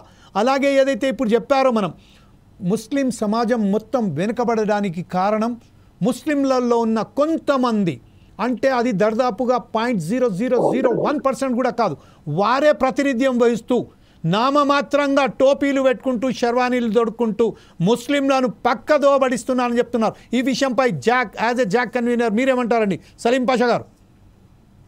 ముందుగా డిబేట్ లో పాల్గొంటున్న అందరికి కూడా అస్సలాము అలైకుం. ఈ అంశం మీద చర్చ పెట్టిన మీ టీవీ ఛానల్ కూడా ప్రత్యేకంగా ధన్యవాదాలు తెలియజేస్తూ, ప్రస్తుతము ఇప్పుడు నాకంటే ముందు మాట్లాడిన మిత్రులందరూ కూడా దేశంలోనే, ఇది తెలంగాణలో కాదు, మొత్తం దేశంలోనే ప్రస్తుతము ముస్లింల రాజకీయ ప్రాతినిధ్యము తగ్గిపోతా ఉంది రోజు రోజుకి. దీనికి అనేక కారణాలు ఉన్నాయి. ఒకటి, ముస్లింలలో రాజకీయ చైతన్యము తక్కువగా ఉంది. మిగతా వర్గాలతోటి పోలిస్తే రాజకీయ చైతన్యం ముస్లింలలో తక్కువగా ఉంది. రెండవది, దేశాల్లో కానీ రాష్ట్రాల్లో కానీ ప్రభుత్వాలు ముస్లింలను ఓటు బ్యాంకుగానే చూస్తున్నాయి. ఎన్నికలు వచ్చినప్పుడు ఏదో ముస్లింలకు కొన్ని హామీలు ఇవ్వడము, ఆ హామీలు ఇచ్చి ఓట్లు వేసుకొని అధికారంలోకి రావడం, ఆ తర్వాత ఏదో ముస్లింలకు తూతూ మంత్రంగా ఏదో కొన్ని చర్యలు చేయడం అనేది, ఇది ఇక్కడే కాదు దేశవ్యాప్తంగా ప్రస్తుతము కొనసాగుతున్నటువంటి ఈ ట్రెండ్. దీంట్లో కొంతమంది బెటర్ గా ఉంటారు, కొంతమంది అట్లా ఉంటారు. కాంగ్రెస్ ప్రభుత్వం కంటే ముందు టిఆర్ఎస్ ప్రభుత్వం కూడా ఉంది. టిఆర్ఎస్ ప్రభుత్వంలో పెద్ద ఎత్తున ముస్లిం నాయకత్వం ఏమన్నా వచ్చిందా అంటే, నేను ఇక్కడ టిఆర్ఎస్ అని ఎందుకు అంటున్నా అంటే, తెలంగాణ ఉద్యమాన్ని ఎన్నో ఆకాంక్షలతోటి, ఎన్నో మనము ఆశలతోటి ఆకాంక్షలతోటి తెలంగాణ ఉద్యమంలో పాల్గొన్నాం. తెలంగాణ సమాజం అంతా పాల్గొన్నది. అందులో ముస్లింలేమో అతీతం కాదు. ముస్లింలు కూడా పెద్ద ఎత్తున నిజాం కాలేజీలో సభ పెట్టి మేము తెలంగాణకు వ్యతిరేకం కాదు, మేము అనుకూలమని 1,00,000 మంది పైగా ముస్లింల సభ కూడా నిజాం కాలేజీలో జరిగింది. తెలంగాణ అమరులలో కూడా 40కి పైగా ముస్లిం విద్యార్థులు కానీ యువకులు కానీ చాలా మంది అమరులయ్యారు. ఇప్పుడు అయ్యూబ్ భాయ్ చెప్పినట్టు అమీనాబీ కావచ్చు, అదే వరంగల్కి వెళ్ళి నేను చదివిన పుస్తకాలలో చదివిన సబేరా బేగం అని. అయితే తెలంగాణలో కూడా ముస్లిం నాయకత్వం, అంటే కొత్తగా వచ్చే రాష్ట్రంలో ఒక ముస్లిం నాయకత్వం డెవలప్ అవుతుందని అనుకున్నాం. కానీ కేసీఆర్ 10 సంవత్సరాల పాలనలో అది జరగలేకపోయింది. ఒకరిద్దరు నాయకులను కేసీఆర్ కూడా ఏం చేసిండంటే 10 సంవత్సరాల బీఆర్ఎస్ పాలనలో ఎంఐఎం పార్టీ మీదనే ఆధారపడ్డాడు. తన టీఆర్ఎస్ పార్టీ నుంచి ముస్లిం నాయకత్వాన్ని పెద్ద ఎత్తున ప్రోత్సహించలేదు. కేసీఆర్ కూడా ప్రోత్సహించలేదు. దీన్ని మనం గ్రహించాలి. ఎంఐఎం మీద ఆధారపడి టీఆర్ఎస్ లో ఉన్న ముస్లిం నాయకులను పెద్ద ఎత్తున కేసీఆర్ ప్రోత్సహించిన పరిస్థితి లేదు. ఇయాలటికి ఇప్పుడు టీఆర్ఎస్ లో ఒక మంచి ప్రజానాయకుడు, ఒక యంగ్ డైనమిక్ ఒక మంచి ముస్లిం నాయకుడు ఎవరు అంటే, ఈ రోజు మనం ప్రశ్నిస్తే టీఆర్ఎస్ లో ఎవరు ఉన్నారు? లేరు. ఇంకొక విషయానికి వస్తే, కాంగ్రెస్ పార్టీ ఇప్పుడు బీఆర్ఎస్ పరిపాలనలో ఇట్లా ముస్లింల పరిస్థితి ఇట్లా ఉందని చెప్పి మాలాంటి వాళ్ళు, ఇప్పుడు నేను ముస్లిం జేఏసీగా ఉన్నాను, మాలాంటి టీము అనేక మంది కాంగ్రెస్ లో ఉన్న ముస్లింలు కానీ బయట ఉన్న ముస్లింలు కూడా ప్రజా సంఘాలు కానీ అదే కాంగ్రెస్ ప్రభుత్వాన్ని ఎన్నుకుందామని కాంగ్రెస్ ప్రభుత్వానికి మనము ప్రచారం చేసి గెలిపించిన సందర్భం బహిరంగంగానే ఉంది. ఇందులో దాచిపెట్టుకోవాల్సిన అవసరం లేదు. కాంగ్రెస్ పార్టీ 5 ముస్లింలకు టికెట్లు ఇచ్చిందండి. అందులో నలుగురికి ఓల్డ్ సిటీ నుంచి 4 ఇచ్చింది, జిల్లాలలో 1 ఇచ్చింది. అంతకంటే ముందు కేసీఆర్ ప్రభుత్వం కూడా ఓల్డ్ సిటీ, అంటే ఇది ఒక సాంప్రదాయంగా కొనసాగుతుంది. ముస్లింలకు టికెట్లు ఇచ్చినామంటే ఓల్డ్ సిటీలో హైదరాబాద్ లో ఇచ్చి టికెట్లు ఇచ్చినామని చెప్తున్నారు. ఈ గత బీఆర్ఎస్ ప్రభుత్వం కూడా ఇట్లనే చేసింది. జిల్లాలలో ఒక షకిల్ కి ఇవ్వడము, లేదంటే ఇంకెక్కడ ఒకటి ఇచ్చి అక్కడే ఇస్తున్నారు. ఇది ఒక సాంప్రదాయం. ఏంటంటే హైదరాబాద్ ఓల్డ్ సిటీ, హైదరాబాద్ లోనే కాదు ముస్లిం నాయకత్వం జిల్లాలలో తెలంగాణ ఉద్యమంలో పాల్గొన్న అద్భుతమైన పోరాట పటిమ ఉన్నటువంటి నాయకులు ఎంతో మంది ఉన్నారు. వీళ్ళని ఇగ్నోర్ చేయడం మంచిది కాదు. ఇంకొకటండి, గ్రేటర్ హైదరాబాద్ లో 44% మంది ముస్లింలు పట్టణీకరణ జరిగి 44% ముస్లింలు గ్రేటర్ హైదరాబాద్ లో ఉంటారు. మిగతా 56% మంది ముస్లింలు ఈ రోజు వరకు కూడా మిగతా జిల్లాలలో ఉన్నారు. అదే నిజామాబాద్ గాని, వరంగల్ గాని, నల్గొండ గాని, ఇంకా గ్రామాలు గాని.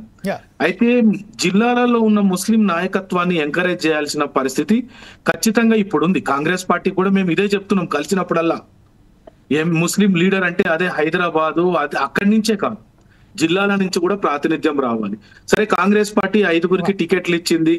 దురదృష్టవశాత్తు ఒక్కరు కూడా ఎమ్మెల్యేగా గెలవలేకపోయారు. నేను ముందే చెప్పిన ముస్లింలకు రాజకీయ చైతన్యం కూడా మిగతా వర్గాలతోటి పోలిస్తే చాలా తక్కువ ఉంది. అందులో భాగమే కాంగ్రెస్ 5 టికెట్లు ఇచ్చినా గానీ ఒక్కరు కూడా గెలవలేదు. దానికి అనేక కారణాలు ఉంటాయి. ఈ రోజు ప్రత్యక్ష ఎన్నికల్లో ముస్లింలు గెలవలేని ఒక విద్వేష ప్రచారము, దుష్ప్రచారం కూడా అనేక విధాలుగా జరుగుతున్న ఈ సందర్భంలో ముస్లిం ప్రాతినిధ్యం అనేది చట్టసభల్లో తగ్గిపోతా ఉంది. ఇంకోటి ముస్లిం కు టికెట్ ఇస్తే గెలవడు అనే ప్రచారం కూడా జరుగుతా ఉంది. కాబట్టి ఇట్లా జరుగుతున్న క్రమంలో ప్రాతినిధ్యం తగ్గిపోతా ఉంది. ఈ సందర్భంగా నేను ఒక మాట ఏం చెప్తున్నంటే, బాబాసాహెబ్ అంబేద్కర్ ఒక మాట అంటాడు, ఏ వర్గాలకైతే చట్టసభల్లో ప్రాతినిధ్యం తగ్గుతుందో ఆ వర్గాల వాయిస్లెస్, అంటే గొంతు లేని ప్రజలు అయిపోతారు. వాళ్లకు హక్కులు అవన్నీ నిదానంగా కోల్పోతారు. ప్రస్తుతం ముస్లింలు ఈ పరిస్థితిలో ఉన్నారు. అయినా కాంగ్రెస్ పార్టీ, నాకంటే ముందు మాట్లాడిన మిత్రులు చాలా మంది మాట్లాడారు. ఇది ఆవేదన. ఎందుకంటే ఇప్పుడు నిన్న జరిగినటువంటి 4 ఎమ్మెల్సీలలో ఒకటి ముస్లింకి వస్తుందని ఆశపడ్డాం. ముస్లింలుగా మేము అందరం ఆశపడ్డాం. కాంగ్రెస్ లో ఉన్న ముస్లిం నాయకులు కూడా ఆశపడడంలో తప్పు లేదు. ఎందుకంటే అసెంబ్లీ ఎన్నికల్లో మెజార్టీకి 70-80% మంది ముస్లింలు టిఆర్ఎస్ పార్టీకి ఓటేశారు. ఎంపీ ఎలక్షన్ లో అయితే అసెంబ్లీ ఎన్నికల్లో కాంగ్రెస్ పార్టీకి వేశారు ముస్లింలు. 70-80% మంది ముస్లింలు కాంగ్రెస్ పార్టీకి ఓటేశారు. ముఖ్యంగా జిల్లాల్లో ఉండే ముస్లింలు పెద్ద ఎత్తున కాంగ్రెస్ పార్టీకి ఓటేశారు, టిఆర్ఎస్ పార్టీని కాదని. అదేవిధంగా లోక్సభ ఎన్నికల్లో, వినాలి ఒక్క నిమిషం, 2 నిమిషాల్లో కంప్లీట్ చేస్తాను. లోక్సభ ఎన్నికల్లో ఈ రోజు కాంగ్రెస్ పార్టీకి ఇంత పెద్దగా సీట్లు పెరిగినాయి అంటే ఒక 100 సీట్ల వరకు వచ్చింది. గతంలో 39 సీట్ల నుంచి ఈ రోజు 100 సీట్లకు వచ్చింది. అంటే పెద్ద ఎత్తున లోక్సభ ఎన్నికల్లో ముస్లింలందరూ రాజ్యాంగం రక్షించబడాలి, దేశం రక్షించబడాలి, సెక్యులరిజం రక్షించబడాలని కాంగ్రెస్ పార్టీకి ఓటేసారు. నేను ఒకటి నమ్ముతున్నా, రాహుల్ గాంధీ గారు అయితే సామాజిక న్యాయం గురించి మాట్లాడుతున్నారు. కుల విభజన జరగాల, కుల గణన జరగాలంటున్నారు. జిస్కి జితని ఆబాది ఉస్కి ఉతని హిస్సేదారి అంటున్నారు. మేము ఆశపడ్డాం, మాకు వస్తుందని ఆశపడ్డాము, కానీ ఇవ్వలేకపోయారు. ఇంకా ముస్లిం రాజకీయ ప్రాతినిధ్యాన్ని పెంచే ఆలోచన కాంగ్రెస్ చేయాలి. ఒక్క ఎమ్మెల్యే కూడా గెలవకున్నా, మంచి పనులు కూడా చెప్పాలి. ఒక్క ఎమ్మెల్యే కూడా గెలవకున్నా వెంటనే ఆమీర్ అలీ ఖాన్ ను గవర్నర్ కోటాలో ఎమ్మెల్సీగా కాంగ్రెస్ నియమించింది. ఇప్పుడు చట్టసభల్లో ఈయనను గనక నియమించకపోతే ఆయనతో వాయిస్ కూడా ఉండకపోవు. సరే, ప్రస్తుతం ఉన్న ఎన్నికల్లో, ప్రస్తుతం ఉన్న రాజకీయాల్లో ముస్లింలు గెలవలేని పరిస్థితి ఉంది. కాబట్టి 8 మందికి నామినేటెడ్ పదవులు ఇచ్చింది కాంగ్రెస్ పార్టీ. ఇవాళ 8 మంది కార్పొరేషన్ పదవుల్లో నామినేటెడ్ పదవుల్లో ఉన్నారు. అడిషనల్ అడ్వకేట్ జనరల్ ముస్లిం ఉన్నాడు. సిఎంఓలో షానవాజ్ ఖాసిం అని ఒక అధికారి ఉన్నాడు. అయినా ఇంకా రాజకీయ ప్రాతినిధ్యాన్ని పెంచే అవకాశం ఉంది. ఇవాళ ఇచ్చిన వాళ్ళకు కూడా ఎస్సీ వర్గానికి ఒకటి వచ్చింది, బీసీ వర్గానికి ఒకటి వచ్చింది, ఎస్టీ వర్గానికి వచ్చింది. ఏదో అగ్రవర్ణాలకు కూడా ప్రొఫెసర్ వెంకట్ నారాయణ గారి దగ్గరికి వెళ్దాం. ప్రొఫెసర్ వెంకట్ నారాయణ గారి దగ్గరికి వెళ్దాం. వెంకట్ నారాయణ గారు ఇప్పుడు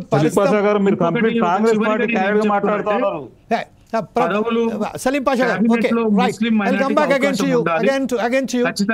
మైనారిటీకి అవకాశం ఉండాలి. దీని గురించి కాంగ్రెస్ పార్టీ అధిష్టానం ఆలోచించాలని మైనారిటీ డిక్లరేషన్, ఖచ్చితంగా మైనారిటీ డిక్లరేషన్ అనేది దాని అమలుకు కార్యాచరణ తీసుకోవాలనేది ఈ సందర్భంగా చెప్తా ఉన్నాను. నారాయణ ప్రొఫెసర్ వెంకట నారాయణ గారు, ప్రస్తుతం ఏదైతే ఉన్నదో ఒక్క మతానికి సంబంధించిన, ఒక్క కమ్యూనిటీకి సంబంధించిన దెబ్బతీయాలంటే అతనికి సంబంధించిన అతని మీద భాషను లేనట్టు చేయండి. అలాగే వారికి ఏదైతే వ్యాపారాలు ఉన్నాయో ఆ వ్యాపారాల మీద దెబ్బ కొట్టండి. అలాగే తర్వాత వారికి సంబంధించిన మొత్తం అణిచివేయబడడానికి వాళ్ళు కారకులు అవుతారని చెప్తున్నారు. అది 100% భారతదేశంలో కాకుండా తెలంగాణలో కూడా అమలవుతున్నది. ఇప్పుడు ప్రస్తుతం మనం చూస్తున్నాం భాష మీద మొత్తం పూర్తిగా ఏదైతే ఉన్నదో భాష మీద పట్టు లేకుండా పోయింది ముస్లిం సమాజానికే కాదు, ప్రతి సమాజానికి ఇంగ్లీష్ మీడియం వెళ్ళిపోయింది. దాని తర్వాత ఉర్దూ అనేది మొత్తం లేకుండా పోయింది. అలాగే ఉద్యోగాలలో, వ్యాపారస్తులలో, అనేక విషయాలలో ప్రతి చోట అడ్డంకులు వస్తూనే ఉన్నాయి. ఈ సమయంలో ముస్లిం నాయకత్వం ఎదగడానికి కూడా అనేక అవరోధాలు ఏర్పడుతున్నాయి. ఈ విషయంలో మీరు సరైన పద్ధతిగా మరి ఇప్పుడు ప్రస్తుతం ఏదైతే సూచనలు ఇవ్వదలుచుకున్నారో ఈ సూచనల ద్వారా ముస్లిం కమ్యూనిటీకి ఏ సూచనలు ఇవ్వదలుచుకున్నారు మీరు? ముస్లిం కమ్యూనిటీస్ కి ప్రత్యేకంగా సూచనల కంటే ఇక్కడ నష్టపోయేటువంటి కమ్యూనిటీస్ ఉన్నాయి. ఇక్కడ బీసీలు తర్వాత ముస్లిం వాళ్ళే ఎక్కువ నష్టపోతున్నారు ఈ రాజ్యంలో. మొత్తం భారతదేశంలో కానీ తెలంగాణలో కూడా అదే జరుగుతున్నది. కాబట్టి ఇక్కడ మనం అనేక కోణాల నుంచి దీన్ని చూడాల్సి వస్తుంది. ఇంతకుముందు మొదలు చెప్పాను, రాజకీయాలు అనేటివి, ప్రభుత్వాలు అనేటివి, ముఖ్యంగా అధికార ప్రభుత్వాలు అనేటివి కేవలం క్రోనీ క్యాపిటలిస్టులు. క్రోనీ క్యాపిటలిజం అంటే వ్యాపారస్తులను, అధికారులను, రాజకీయ వ్యవస్థ ఈ ముగ్గురు కలుస్తారు అనమాట. అందరూ భాగస్వామ్యం ఉండేటువంటి క్యాపిటలిజం ఈ దేశంలో, ఈ రాష్ట్రంలో, ఇంకా ముఖ్యంగా ఈ రాష్ట్రంలో చాలా ఎక్కువ అమలైంది. అది కూడా ఏమైందంటే చంద్రబాబు గారు ముఖ్యమంత్రి అయినప్పటి నుంచి ఈ క్యాపిటలిస్ట్ రోల్ అనేది పెరిగిపోయింది. మీరు అన్నట్టుగా కమాలుద్దీన్ కావచ్చు, ఇంకా చాలా మంది అప్పుడు ఉండేది, లేదా ఎంతో మంది ప్రొఫెసర్లు, సైంటిస్టులు కూడా ముస్లిం మైనారిటీ నుంచి వచ్చిన వాళ్ళు ఉన్నారు. క్రమంగా 83 నుంచి విద్యారంగాన్ని పూర్తిగా ప్రైవేట్ చేయడంతో ముస్లింలు కానీ, బీసీలు కానీ చాలా మందికి అవకాశాలు తగ్గిపోయినాయి. ఎస్సీ ఎస్టీల కంటేనేమో వాళ్ళకి స్పెషల్గా రిజర్వేషన్ ఉంది, దాదాపు 14% రిజర్వేషన్ ఉంది. ఆ ఎస్సీ ఎస్టీలలో కూడా ఆదివాసీలు చదవకుండా వాళ్ళు ఎంత రిజర్వేషన్ ఉన్నా కానీ వాళ్ళు దాన్ని యూజ్ చేసుకోలేదు. కాబట్టి ఎస్టీలలో ఒక సెక్షన్, ఎస్సీలలో ఒక సెక్షన్ చాలా విపరీతంగా ఎదిగిపోయారు వాళ్ళు. కాబట్టి రిజర్వేషన్ ఉంది, రాజ్యాంగంలో వాళ్ళకు స్థానం ఉంది కాబట్టి ఇచ్చారు. కానీ 83 నుంచి అయితే చంద్రబాబు ఎప్పుడైతే వచ్చిండో, తర్వాత ఎన్టీ రామారావు వచ్చి సంవత్సరం ఒకసారి 5 ఏళ్ళు చేసినా కానీ పాలసీ విధానంలో చంద్రబాబే చాలా ప్రధానంగా.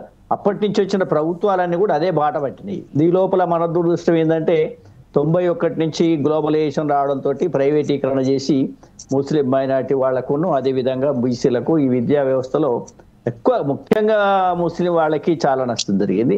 ఎందుకంటే వాళ్ళు మదరసాలు ఉంటే సరిపోద్దని మత గురువులు అనుకున్నారు. పేదవాళ్ళు ముస్లింలు ఎక్కువ అయిపోయారు కాబట్టి వాళ్ళు ఏదో చిన్న చిన్న వృత్తులలో, పనులలో, అన్ఆర్గనైజ్ సెక్టర్లో, సెమీ ఆర్గనైజ్ సెక్టర్లో పనిచేసుకొని బతికేటువంటి కమ్యూనిటీస్గా మిగిలిపోయినాయి. తర్వాత లీడర్షిప్ ఎదగడం కోసం ఏమైందంటే 1983 వరకు యూనివర్సిటీలు కానీ, కాలేజీలు కానీ ఎలక్షన్లు ఉండేవి. అన్ని వర్గాల విద్యార్థులకు అవకాశం ఉండి ఎలక్షన్లలో పార్టిసిపేట్ చేస్తే అక్కడి నుంచి లీడర్షిప్ ఎదిగేది. ఆ లీడర్షిప్ రాకుండా ఏం చేసిండ్రు, ఎక్కడ కూడా ఎన్నికలు లేకుండా చేసిండ్రు. మరొక క్యాపిటలిస్ట్ ప్రభుత్వాలు వచ్చినాయి. కాబట్టి ఏమైనాయి అంటే ధనవంతులు, అధికారంలో అప్పటికే చలాయించే వాళ్ళందరూ కూడా పెద్ద ఉద్యోగాలకు వచ్చిండ్రు. ఈ ఏపీపీఎస్సీ కూడా వాళ్ళకే ఉపయోగపడ్డాయి చాలా వరకు.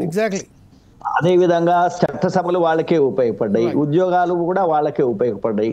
కాబట్టి అప్పటి వరకు జరిగింది. కానీ 83 నుంచి రిజర్వేషన్లు తగ్గియడం, లేదా రిజర్వేషన్లు అమలు చేయకపోవడం, లేదా చేసినా కానీ చిన్న స్థాయిలో, కింది స్థాయిలో చేయడం జరిగింది. కాబట్టి లీడర్షిప్ అనేది పోయింది. ఏమైనా పికప్ చేసిన లీడర్షిపే ఉంటుంది. అంటే ఫర్ ఎగ్జాంపుల్ టీఆర్ఎస్ ఏం చేశాడు, ఆయన హోమ్ మినిస్టర్ ఇచ్చినామని చూడండి, అబ్బా ముస్లిం మైనారిటీకి పేద హోమ్ మినిస్టర్ ఇచ్చినామని చెప్పిండు. కానీ ఆయన ఏంటిది, ఒక కానిస్టేబుల్ కూడా ట్రాన్స్ఫర్ చేయలేని దుస్థితి అన్నట్టు పాపం ఆయనది. ఆయనకి ఏం తెలుసు, ఆయన తీసుకొచ్చే బొమ్మను పెట్టినట్టు పెట్టారు, 10 ఏళ్ళు బ్రహ్మాండంగా నడుపుకున్నారు. అదే ఏమైనా ఈ దట్టిలు కట్టుడికే సరిపోయింది మన లీడర్లు అందరూ.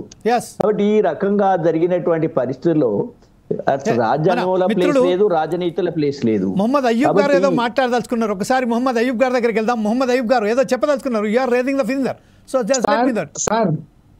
సార్ టిఆర్ఎస్ గానీ కాంగ్రెస్ ప్రభుత్వం గానీ సార్ ఒకటి నిజం గమనించాలి, ముస్లింలను సార్ ఒకటి ప్రొఫెసర్ గారు ఒక మాట చెప్పింది సార్, మీరు కూడా ఈ డిబేట్ ఏర్పాటు చేసిన మీరు కూడా ఒక మాట చెప్పింది సార్, ఎవరైతే వృత్తి చేసుకొని బతుకుతారో వాళ్ళను ఆర్థికంగా దెబ్బతీసినాయి సార్ ఈ పార్టీలు. అది సరే టిఆర్ఎస్ అయితేనేమి, టీడీపీ అయితేనేమి, కాంగ్రెస్ అయితేనేమి. వరంగల్ సార్, నా వరంగల్ కాన్స్టిట్యున్సీలో 13,000 మంది కర్మాగారంలో పనిచేసే లేబర్ ఉండే సార్.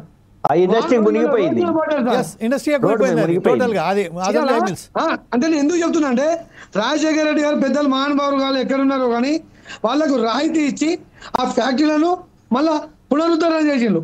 ఇవాళ సార్ ఇలా వాస్తవం చెప్తున్నా, 2011 నుంచి ఇవాటి వరకు ఫ్యాక్టరీలు బంద్ అయిపోయినాయి, బీడీ కార్మికులు బంద్ అయిపోయినాయి. ప్రొఫెసర్ లక్ష్మణ్ గారి దగ్గరికి వెళ్దాం. As a conclude of the debate, what is your suggestion on it sir? సమయం చాలా తక్కువ ఉంది కాబట్టి నేను ఏమంటున్నాను, ఒక్క నిమిషం సార్.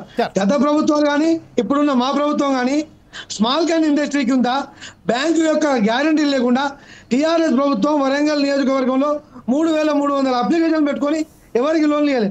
₹1,00,000 వ్యక్తిగత లోన్ ఇస్తే కనీసం మన కుటుంబానికి పోషించుకునే అవసరం ఏర్పడుతుంది. మనం 10 లక్షల రూపాయలు ఇచ్చి మీరు టీవీ మేనేజ్మెంట్ కొంచెం టైం తీసుకొని మాట్లాడియండి ఆయనను. అట్లా తొందర పెడితే ఎట్లా 5 నిమిషాలు కానివ్వండి, ఏమైతుంది? Right sir. I am requesting just a moment. I will ask my PCR department to just carry on the debate unless we can give a green signal to it to stop the debate. Please PCR, listen to my words. Please carry the debate, continue until we can make a conclusion on this issue. Okay, right. Go ahead, Mr. What is that? Muhammad Ayyub garu. అంటే ఇక్కడ ఏమైతాం sir, మనం చేతి వృత్తులను ఎప్పుడైతే వాళ్ళని గమనించి వాళ్ళనైతే వృద్ధిలోకి తీసుకురాకపోతే ఆగమవుతాం sir. పెద్దలు రాజశేఖర రెడ్డి గారు సార్ వరంగల్లో ఉన్న చేనేత కార్మికులను, సిరిసిల్లాలో ఉన్న చేనేత కార్మికులు, మునుగోడులో ఉన్న చేనేత కార్మికులతోటి ఒక ప్రత్యేకమైన మీటింగ్ పెట్టి మన రాష్ట్రాలకే దుప్పట్లు సప్లై చేసుడు కాకుండా కర్ణాటకకు, తమిళనాడుకు, పక్క రాష్ట్రాల వాళ్ళని కూడా బదిలాడి అక్కడ కూడా కొనిపించే ఏర్పాటు చేసిండ్రు. ఇవాళ వాళ్ళు కనీసం ఆత్మహత్యలు చేసుకుంటే రాజకీయంగా దుప్పట్లు కప్పడానికి పోతాను సార్. ఇంతకన్నా సిగ్గుచేటి ఇంకోటి ఏం లేదు. దయనీయమైన పరిస్థితి. ఇవాళ వైరింగ్ చేసుకునేటోడు, బైండింగ్ చేసుకునేటోడు, సమోసా చేసుకునేటోడు, చెప్పులు అమ్ముకునేటోడు, మొత్తం ప్రజలకు అవసరమైన నిత్యావసరాలు అవసరమైన వృత్తులు మొత్తం ఇలా మైనార్టీల చేతులున్నాయి. వాళ్ళకు మనం స్వయంగా ఉపాధి కల్పిస్తే అతను, ఎందుకంటే సార్ ఒక బ్యాలెక్ సార్, నేను ఇలా మీడియా ద్వారా చెప్తున్నా, మా ముస్లిం కమ్యూనిటీలో ఒక దురదృష్టం ఉన్నది సార్. ఒక్క మగవాడు కష్టపడితే మొత్తం ఎంటైర్ కుటుంబం బతకాలి. మిగతా వాళ్ళది అట్లా లేదు. అందరు తల్లి బిడ్డ అందరు కష్టపడతారు. ఇక్కడ ఆ పరిస్థితి లేదు. ఇవాళ ఆ వ్యక్తి బొంబాయికో బాగ్దాద్కో పోయినట్టు కాదు సార్, ఇక్కడ కూడా ఉన్నోనికి చేయి చేయడానికి లేదు. ముస్లింలను అనగదొక్కడానికి లెదర్ చర్మగారాన్ని కంప్లీట్ ఎందుకనంటే చేయించు. ఇవాళ బీడీ లీవ్స్ కూడా అదే పరిస్థితి సార్. బీడీ లీవ్స్ జిల్లాలన్నింటిలో మీటింగ్లు పెట్టి ఇటువంటి పెట్టి మా సుటోలో పిలిచి మాట్లాడదాం.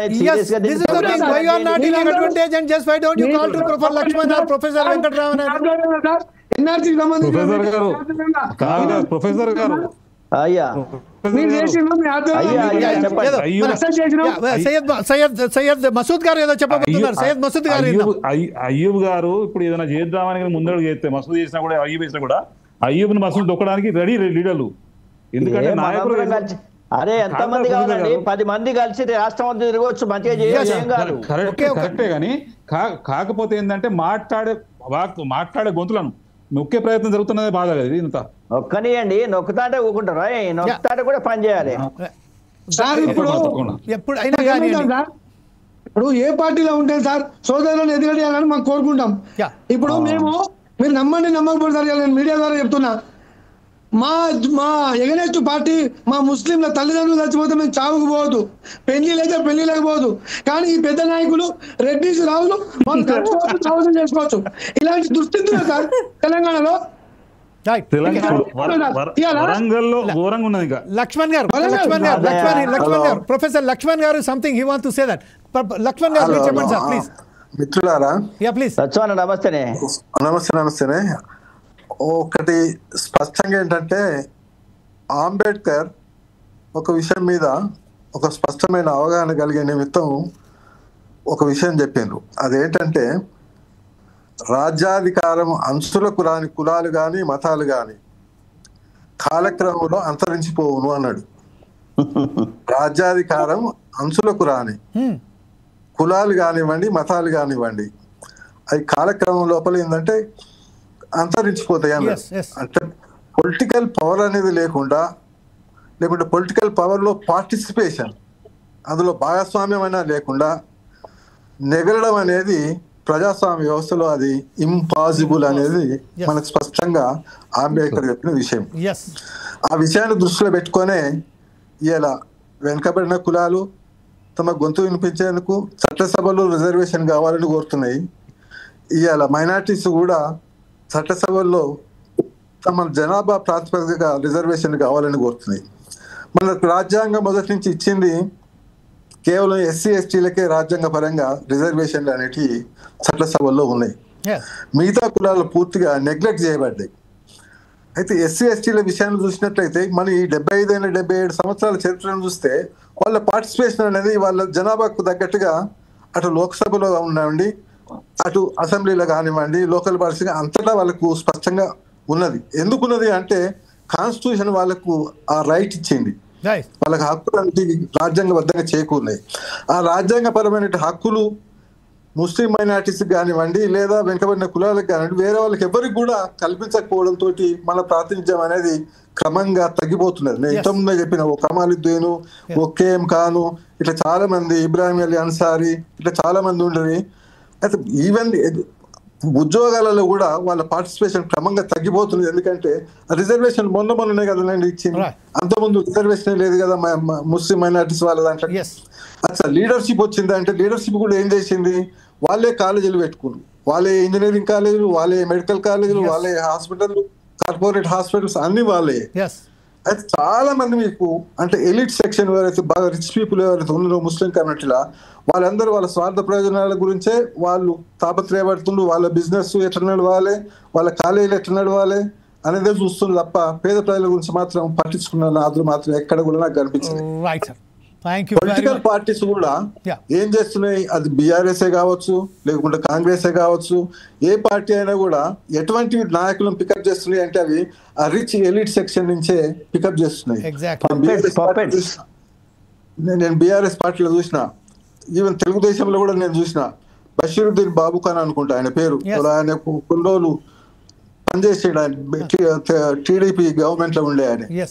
అదే విధంగా నీకు బీఆర్ఎస్ దాంట్లో కూడా ఓ రెహమాన్ అనే ఒక వ్యక్తి ఉండే, ఆయన కూడా కొంచెం రిచ్ పీపుల్ వాళ్ళంతా, పెద్ద బ్యాక్గ్రౌండ్ వాళ్ళు వాళ్ళంతా. మీరు చెప్పే షకీల్ పేరు చెప్పిందో షకీల్ కూడా రిచ్ బ్యాక్గ్రౌండ్ వాడే, తక్కువేం కాదు అని షకీల్ కూడా. ఇది రిచ్ బ్యాక్గ్రౌండ్స్ వచ్చినటువంటి వ్యక్తులు ఎవరు కూడా తమ కమ్యూనిటీకి ఎప్పుడు కూడా వాళ్ళు ఆదుకునే ప్రయత్నం అనేది ఏ మోసాన్ని కూడా చేసిన ప్రయత్నాలు మనకు కనిపించాయి. పొలిటికల్ పార్టీస్ ఎంచుకునేది కూడా అటువంటి వ్యక్తులు వేస్తున్నారు. ఇవాళ పరిస్థితి గమనిస్తే దేశం లోపల కొన్ని రాష్ట్రాల్లో ప్రాతినిధ్యం లేదండి ముస్లింస్ కు. పాపులేషన్ 10-15% ఉన్నది, లేదని నేను అంటలేదు, అసలు ప్రాతినిధ్యమే లేదు. లోయర్ హౌస్ లేదు, అప్పర్ హౌస్ లేదు. తెలంగాణలో కూడా ఈ రోజు పరిస్థితి తెలంగాణలో కూడా, ఆంధ్రలో ఒక ఎన్ఎండి ఫారిక్ మాత్రమే ఉన్నాడు. తెలంగాణ అంటే మనం ఇప్పుడు అసెంబ్లీ ఉన్నాయి, 7 సీట్లు ఉన్నాయి కదా ఓల్డ్ సిటీకి సంబంధించిన అదే ఏ పార్టీకి సంబంధించి ఏ పార్టీ నుంచి కూడా అసెంబ్లీలు ఉన్నాయండి దేశంలో. ప్రస్తుతం ఏదైతే ఉన్నదో కేవలం ఎంఐఎం పార్టీ తనకు తాను ముస్లిం ప్రతినిధులుగా వ్యవహరించుకుంటూ ఈ రాష్ట్రానికి సంబంధించి మేము ఉన్నాం కదా అన్నట్టుగానే ఉన్నది. కాబట్టి ఏ ప్రభుత్వం అధికారంలో ఉంటే వాళ్ళకి వత్తాసు పలుకుంటా ఎంఐఎం పార్టీ సర్వనాశనం చేస్తాం. అదే విషయంపై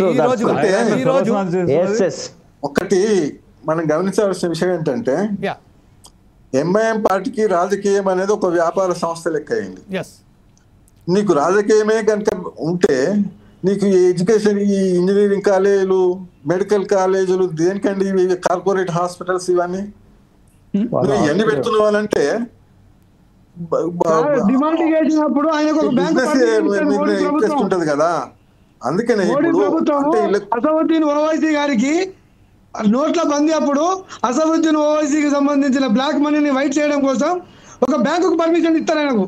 అదే ఇప్పుడు అనేది ఏంటంటే అంటే వాళ్ళ ఇంట్రెస్ట్ అదే ఉంటుంది. కమ్యూనిటీ మీద డెవలప్ చేసే కాన్సెప్ట్ అయితే ఉండదు కదా వాళ్ళకు. అయితే డెవలప్ చేసే కాన్సెప్ట్ ఉండదు కదా. ఏంటంటే ఒక విషయం మాత్రం చాలా క్లియర్ గా ఉంటుంది.